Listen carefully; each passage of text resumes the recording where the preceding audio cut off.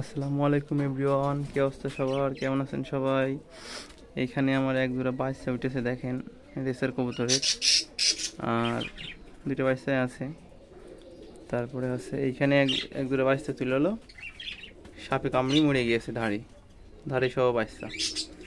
তারপরে আপনার এইখানে এক জোড়া আছে ডিমে, এইখানে একটা বাচ্চা তুলে আছে, মোট 4টে। আর এই সময় আপনারা ঘরোয়া পদ্ধতিতে একটা কাজ করতে পারেন ঠান্ডার জন্য।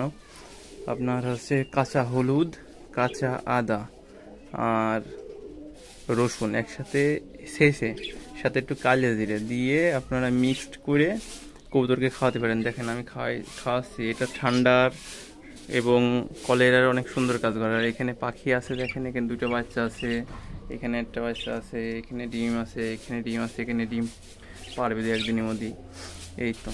এই তো সেটা পারে, এখানে বাচ্চা আছে এই কয়টা। তো আজকের মতো এই পর্যন্তই। সবাই সুস্থ থাকবেন, ভালো থাকবেন, আল্লাহ হাফেজ।